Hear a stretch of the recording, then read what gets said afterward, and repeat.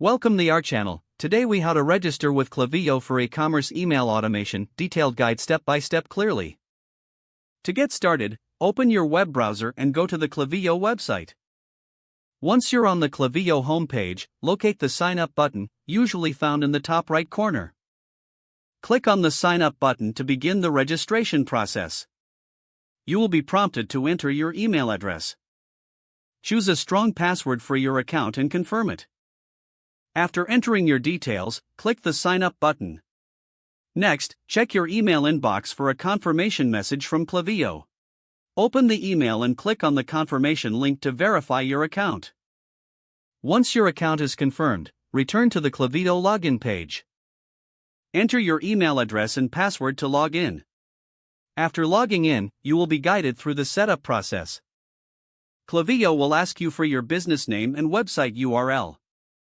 Fill in the required information accurately and click Continue. Next, you will be prompted to connect your e-commerce platform. Select your platform from the list provided, such as Shopify or WooCommerce. Follow the on-screen instructions to authorize the connection. Once connected, Klaviyo will sync your store data. After syncing, you will see options to import your email list. Choose whether to import existing contacts or start fresh. If importing, upload your contact file in the specified format. Once the import is complete, Klaviyo will guide you to create your first email campaign. Select a template or start from scratch to design your email. Customize your email content, including subject lines and images. After designing your email, set up automation triggers as needed. Finally, review all settings and click Schedule or Send to launch your campaign. Congratulations! You're now registered and ready to start with Klaviyo for email automation.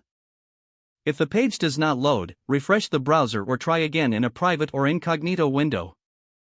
Make sure you are using the correct email address, then retype it carefully to avoid small typos.